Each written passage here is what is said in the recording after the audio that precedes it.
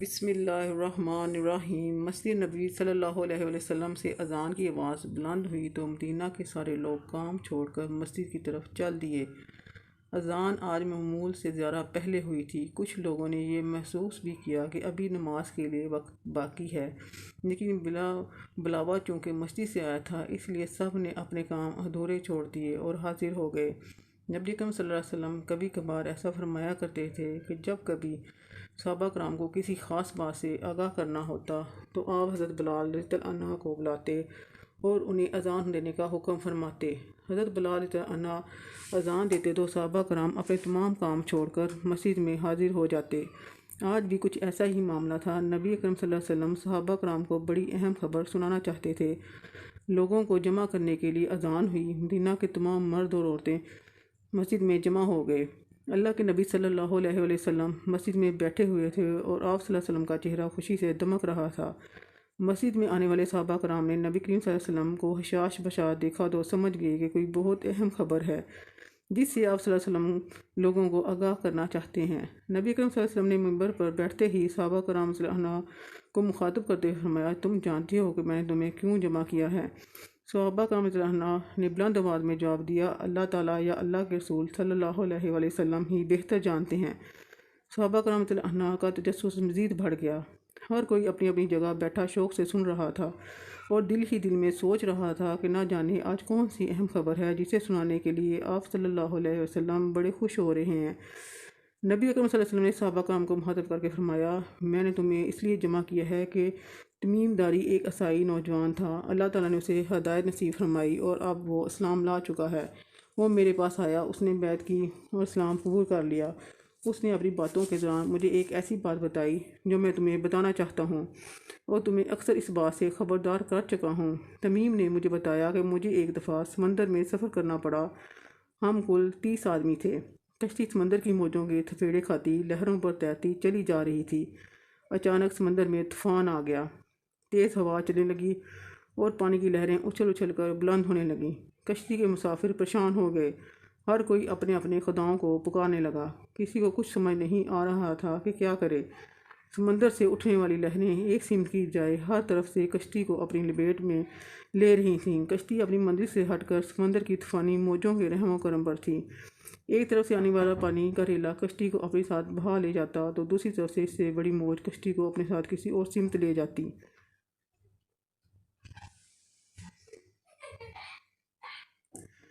کشتی کا ملاح کچھ دیر تو سمندر کی بے رحم موجوں کا مقابلہ کرتا رہا اور اپنی کشتی کو بھنور سے نکالنے کی ہر ممکن کوشش میں رہا، لیکن جب اس کی ہر تدبیر ناکام ہو گئی تو وہ بھی ایک طرف ہو کر بیٹھ گیا۔ مسافروں کے ساتھ خود ملاح بھی پریشان تھا کہ ایسی بے رحم موجوں کا مقابلہ کیسے کرے۔ ڈوبتے سورج نے مسافروں کی پریشانی میں اور بھی اضافہ کر دیا۔ سورج غروب ہونے کے قریب تھا اور اس کی روشنی آہستہ آہستہ ختم ہوتی جا رہی تھی۔ اپنی منزل کی خبر ہوتی تو رات ہونے کا کوئی ڈر نہ تھا، لیکن اب تو یہ خبر بھی نہ تھی کہ کشتی کس سمت جا رہی ہے اور سمندر کی لہریں کشتی کو کب تک سلامت رہنے دیں گی۔ رات ہوئی اور کشتی اسی طرح سمندر کی مچلتی لہروں پر ڈولتی رہی۔ کسی کو کچھ خبر نہ تھی کہ کشتی کس سمت رواں ہے اور اس کا انجام کیا ہوگا۔ رات کا اندھیرا اور پھیل گیا تو سمندر میں ہر طرف تاریکی چھا گئی۔ کشتی کے مسافر اب ایک دوسرے کو دیکھ بھی نہیں سکتے تھے۔ بس ایک آواز تھی جو آدمی کے موجود ہونے کا پتہ دیتی تھی۔ یوں ہی خوف و دہشت کے عالم میں رات بیت گئی اور صبح ہوتے ہی اندھیرے کی جگہ سمندروں میں چاروں طرف روشنی پھیلنے لگی۔ کشتی کے رات بھر چلنے کے بعد کسی کو معلوم نہ تھا کہ کس جگہ پہنچ گئے ہیں۔ رات بھر کشتی ہچکولے کھاتی پانی کی لہروں پر تیرتی رہی اور اب صبح ہونے پر بھی سمندر کی موجوں جس طرف پانی کا بہاؤ کر دیتی کشتی اسی طرف چلنے لگتی۔ یوں سمندر میں پھنسے ایک دن اور گزر گیا اور رات آ گئی۔ پھر رات کے بعد دن اور دن کے بعد رات آتی رہی اور کشتی کو سمندر میں پھنسے پورے 3 دن گزر گئے۔ 3 دن بعد سمندر میں بھولے بھٹکے مسافروں کو دور کہیں ایسا نظر آیا جیسے کچھ درخت سمندر میں کھڑے ہوں۔ مصیبت میں پھنسے ان مسافروں کے لیے وہ درخت زندگی کی ایک نئی امید بن گئے۔ ڈوبتے کو تنکے کا سہارا کی مثال تھی۔ کشتی کے مسافر جو موت کی امید کر بیٹھے تھے ان کے چہروں پر اب زندگی مسرتیں دوڑ رہی تھیں۔ کشتی اور قریب ہوئی تو درخت واضح دکھائی دینے لگے۔ سورج غروب ہونے کے قریب تھا اور ملاح 3 دنوں میں ملنے والا پہلا موقع کھونا نہیں چاہتا تھا۔ اسے ڈر تھا کہ اگر رات ہو گئی تو سمت کا اندازہ لگانا مشکل ہو جائے گا۔ کشتی آہستہ آہستہ درختوں کی طرف بڑھتی رہی۔ درخت اور قریب ہوئے تو مسافروں کو یہ جان کر بہت خوشی ہوئی کہ یہ سمندر میں کوئی جزیرہ ہے۔ ملحہ کی محنت بھر آئی اور ابھی سورج مکمل غروب نہ ہوا تھا کہ کشتی جزیرے کے قریب پہنچ گئی۔ سب مسافروں نے جزیرے پر قدم رکھتے ہی سکھ کا سانس لیا۔ 3 دن تک وہ زندگی اور موت کی کشمکش میں رہے تھے، اور اب موت کا خوف کچھ کم ہوا تو ان کو راحت اور سکون کے کچھ لمحات میسر آ گئے تھے۔ اس خوشی میں وہ اس پراسرار جزیرے کو دیکھ رہے تھے۔ سورج غروب ہو رہا تھا اور اندھیرا چھا رہا تھا، تاریکی چھا رہی تھی۔ غروب ہوتے سورج نے انہیں مغرب کی اور مشرق کی سمتوں کی پہچان کرا دی تھی، لیکن انہیں یہ خبر نہ تھی کہ وہ کس جگہ پر موجود ہیں۔ مسافروں کو جزیرے پر اترے ابھی زیادہ دیر نہ گزری تھی کہ درختوں کے درمیان سے ایک عجیب و غریب قسم کا جانور نمودار ہوا۔ جانور کے پورے جسم پر بال ہی بال اگے ہوئے تھے۔ بال اس قدر لمبے اور گھنے تھے کہ یہ معلوم ہی نہ ہوتا تھا کہ جانور کا اگلا حصہ کون سا ہے اور پچھلا حصہ کون سا۔ سارے مسافر پراسرار جزیرے پر اس عجیب و غریب جانور کو دیکھ کر حیران و پریشان ہو گئے۔ ایک مسافر نے تو تعجب سے دیکھتے ہوئے دوسرے مسافر سے پوچھا، جو خود بھی حیرانگی میں ڈوبا ہوا تھا، کہ ہائے افسوس، یہ کیا بلا ہے؟ جانوروں نے مسافر کی یہ بات سن لی تھی۔ مسافر تو کچھ نہ بولا، البتہ جانور نے جواب دیتے ہوئے کہا، میں جاسوس ہوں۔ جانوروں نے انسانی زبان میں بات کی تو مسافر اور بھی پریشان ہو گئے۔ کچھ مسافر تو یہ سوچ کر نڈھال ہو گئے کہ ہو نہ ہو یہ شیطان ہے اور ہمارے سامنے آ گیا ہے۔ ایک مسافر نے ہمت کر کے اس جانور سے پوچھا، تمہاری جاسوسی کا کیا مقصد ہے اور تم کس کے لیے جاسوسی کرتے ہو؟ جانور نے کہا، میں جس کے لیے جاسوسی کرتا ہوں وہ تم سے ملنے کا بہت اشتیاق رکھتا ہے۔ وہ تم سے باتیں کرنا چاہتا ہے، لہٰذا تم میرے ساتھ چلو۔ مسافروں کی ہر لمحہ بڑھتی جا رہی تھی۔ اب نہ جانے وہ کیا بلا ہے جس کی طرف لے جانے والا ہے۔ تمام مسافر چپ چاپ خاموش اس کے پیچھے ہو لیے۔ جانوروں درختوں کے درمیان بنے راستوں سے ہوتا ہوا ایک پرانے محل کے سامنے جا کھڑا ہوا۔ محل کو چاروں طرف سے بلند و بالا درختوں نے گھیر رکھا تھا۔ مسافروں نے پریشان نظروں سے اس کی طرف دیکھا اور پھر جانور کی طرف سوالیہ نگاہوں سے دیکھنے لگے۔ عجیب و غریب جانور نے پھر حرکت کی اور ایک بہت بڑے دروازے سے گزرتے ہوئے مسافروں کو محل کے اندر لے گیا۔ محل کے اندر ایک بہت بڑا آدمی زنجیروں میں جکڑا ہوا تھا۔ اس سے پہلے اتنی بڑی قد و قامت اور ہیبت والا آدمی انہوں نے کبھی نہیں دیکھا تھا۔ وہ آدمی گھٹنوں تک لوہے میں جکڑا ہوا تھا اور اس کے دونوں ہاتھ زنجیروں سے گردن کے ساتھ بندھے ہوئے تھے۔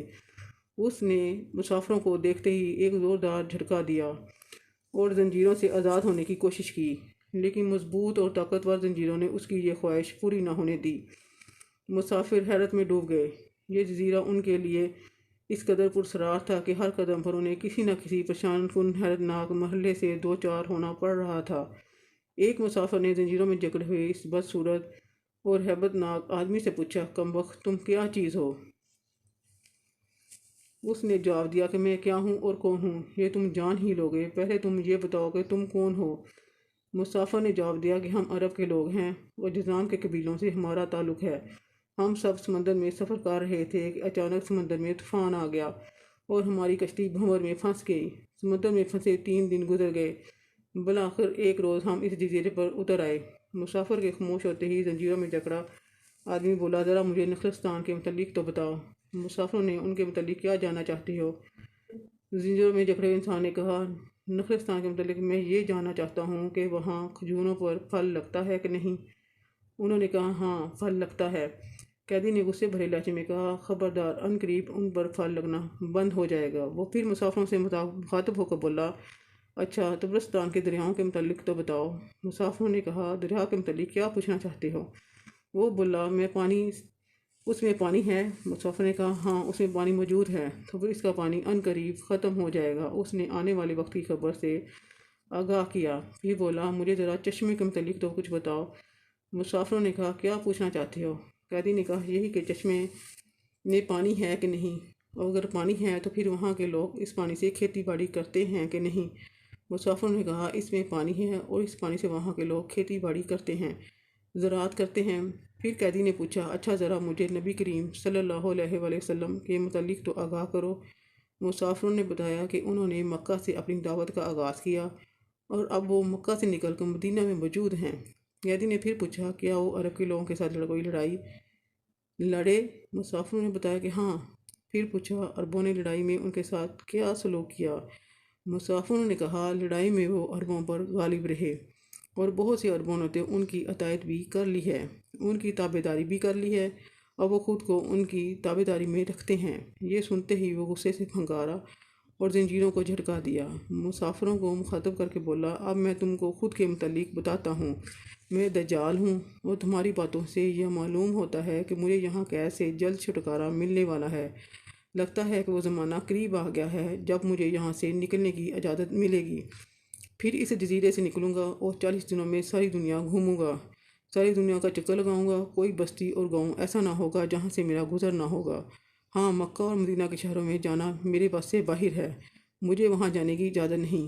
میں ان دونوں شہروں میں داخل ہونے کی کوشش بھی کروں گا تو میرے آگے فرشتے رکاوٹ بن جائیں گے، آڑ بن جائیں گے، ان کے ہاتھوں میں تلواریں ہوں گی اور وہ مجھ سے لڑیں گے۔ صحابہ کا رضی اللہ عنہ بڑے انفاق سے نبی کریم صلی اللہ علیہ وسلم کی زبانی حضرت تمیم داری رضی اللہ عنہ کے اس پرسرار جزیرے پر دجال سے ملنے کی داستان سن رہے تھے۔ نبی کریم صلی اللہ علیہ وسلم نے ممبر پر بیٹھے بیٹھے لاٹھی اٹھائی اور اس کو زور سے ممبر پر مارا۔ صحابہ کرام اس دلچسپ داستان میں کھوئے ہوئے تھے اور وہ لاٹھی کی بات پر متوجہ ہوئے تو نبی کریم صلی اللہ علیہ وسلم نے فرمایا، طیبہ یہی ہے، طیبہ یہی ہے، طیبہ یہی ہے۔ طیبہ سے مراد مدینہ منورہ ہے، اور دجال اس شہر میں داخل نہیں ہو سکتا۔ کیا میں تمہیں پہلے سے اس دجال کے متعلق آگاہ نہیں کر چکا؟ صحابہ کرام نے جواب دیا، ہاں یا رسول اللہ صلی اللہ علیہ وسلم، بالکل، آپ پہلے ہی اس کے متعلق آگاہ کرتے رہے ہیں۔ نبی کریم صلی اللہ علیہ وسلم نے فرمایا، تمیم داری نے جب یہ بات مجھے بتائی تو اس فتنہ دجال ہی کا ایک حصہ تھی جس کے متعلق میں تمہیں آگاہ کرتا رہتا ہوں۔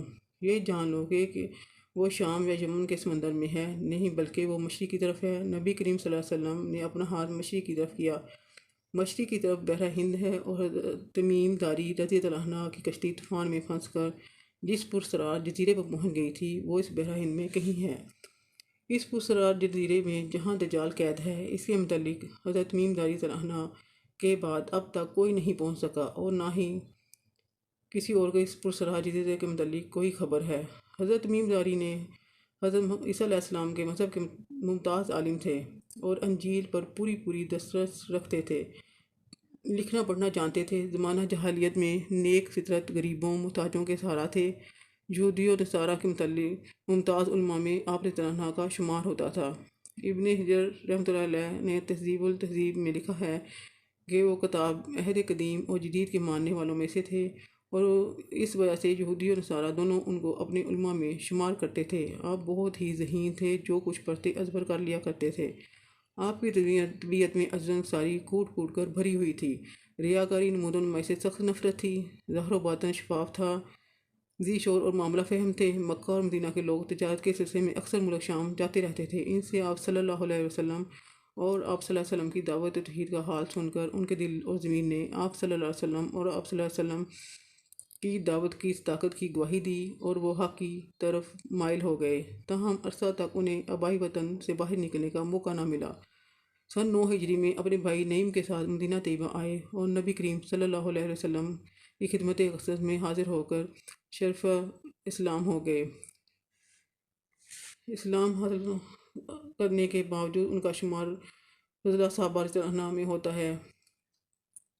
اسلام لانے کے بعد انہوں نے مدینہ طیبہ میں رہائش اختیار کر لی۔ ہجرت نبی صلی اللہ علیہ وسلم کے بعد چند ماہ میں مسجد نبوی تعمیر ہو گئی۔ اس کی تعمیر میں صحابہ کرام رضی اللہ عنہ اور آپ صلی اللہ علیہ وسلم نے بنفس نفیس حصہ لیا۔ یہ مسجد ہر قسم کی تکلفات سے خالی اور انتہائی سادگی کا مدعا تھی۔ کچی اینٹوں اور پتھروں کی دیواروں میں کھجور کے ستون اور کھجور کے پتوں کا چھپر اور سنگ ریزوں کا فرش تھا، لیکن اس کو جن مقدس ہاتھوں نے تعمیر کیا اور جن کے سجدوں سے یہ معمور ہوئی، ان کی عظمتوں کے سامنے خلق الفاء کی رفتیں ہیچ تھیں۔ سالہ سال تک مسجد نبوی روز اول کی سادگی پر قائم رہی، یہاں تک کہ رات کو روشنی کا بھی کوئی اہتمام نہیں تھا۔ صحابہ کرام چاند یا ستاروں کی روشنی میں نماز ادا کرتے تھے، البتہ کبھی کبھی صحابہ کھجور کی شاخوں میں مشعلیں جلا کر لے آتے تھے۔ ابن کثیر نے لکھا ہے کہ حضرت تمیم داری رضی اللہ عنہ ملک شام سے مدینہ طیبہ آتے وقت اپنے ساتھ کچھ قندیلیں اور ان میں جلانے کا تیل اپنے ساتھ لائے۔ 9 ہجری کا ذکر ہے کہ ایک رات نبی کریم صلی اللہ علیہ وسلم مسجد میں نماز کے لیے تشریف لائے تو آپ صلی اللہ علیہ وسلم نے دیکھا کہ مسجد میں جا بجا قندیلیں لگی ہوئی ہیں اور ان کی روشنی نے مسجد کو بقائے نور بنا رکھا ہے۔ آپ صلی اللہ علیہ وسلم کے چہرے مبارک پر بشاشت پھیل گئی، اور آپ صلی اللہ علیہ وسلم نے صحابہ کرام سے پوچھا، باطن میں روشنی کس نے کی ہے؟ انہوں نے ایک نہایت ہی پاکیزہ صورت اور خوش پوش صاحب کی طرف اشارہ کیا۔ آپ صلی اللہ علیہ وسلم نے ان کے لیے ان کے کام پر بے حد خوشی کا اظہار فرمایا اور ان کے لیے بہت سی دعائیں دیں اور فرمایا کہ اگر میری کوئی بیٹی ہوتی تو میں اس کا نکاح روشنی کرنے والے اس شخص سے کر دیتا۔ اس وقت مسجد میں آپ صلی اللہ علیہ وسلم کے چچا زاد بھائی حضرت نوفل بن حارث بن عبد المطلب بھی موجود تھے۔ انہوں نے فوراً عرض کیا، یا رسول اللہ صلی اللہ علیہ وسلم، میری بیوہ لڑکی ام المغیرہ موجود ہے، اگر آپ صلی اللہ علیہ وسلم چاہیں